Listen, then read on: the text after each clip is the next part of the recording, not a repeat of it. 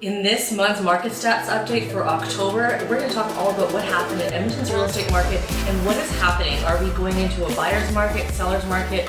What are we in right now?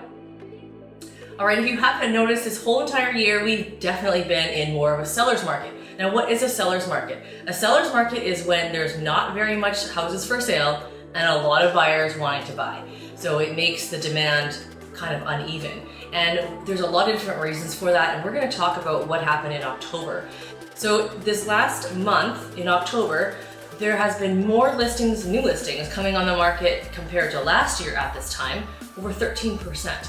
However, if you look at September, we have dropped about 3.7%. Now these are new active listings that are coming onto the market, and this is what's happening is you've got all these new listings coming in, and then you have the sales. Now what happened for sales?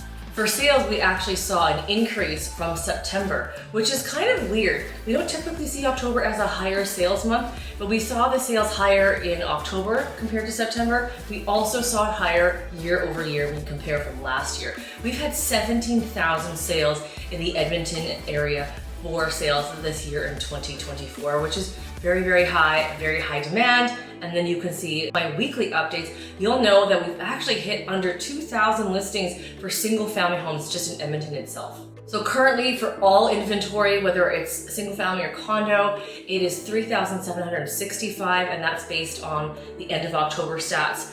And that's pretty darn low. That's usually what you want to see just for single family, not for everything. And as we go into the November, December, January months, we are going to see, I think, a continual decrease in inventory. We typically don't see an increase in inventory until spring. Most people aren't thinking about selling their home right now and are staying put or just waiting the market out until the springtime.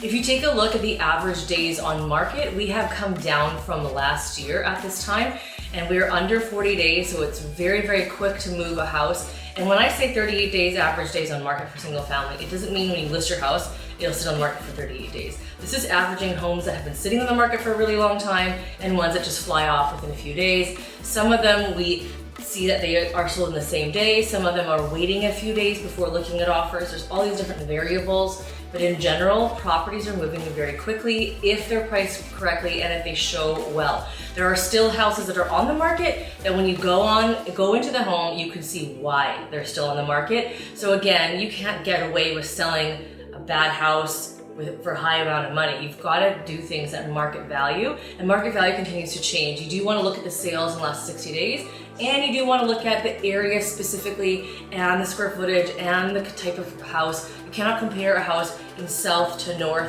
which is not going to make any sense for market value.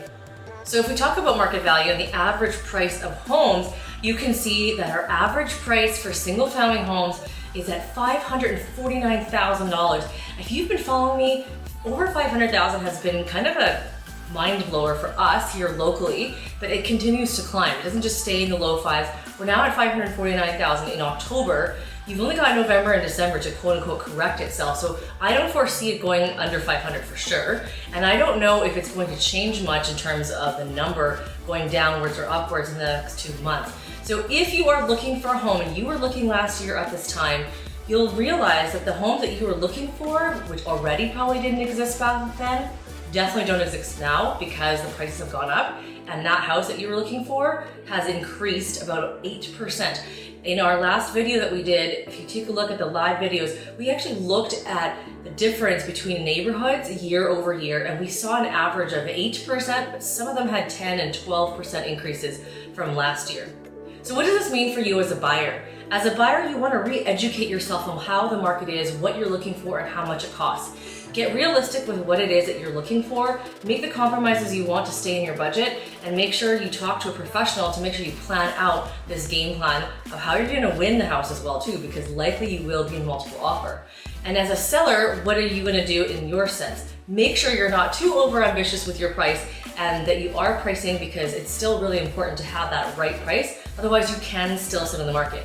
If you're both buying and selling, whether it is in the city or buying in one province and moving to another province, you definitely need to put a game plan together with a professional to kind of figure out what is going to happen for your market in your neighborhood that you're moving to and from. It's It's really important to put that game plan together more than ever, especially with the market the way it is right now. The forecast for the coming year, I foresee that the market's going to get even busier. Even now in November, we still are seeing a very busy fall market / we're almost in winter.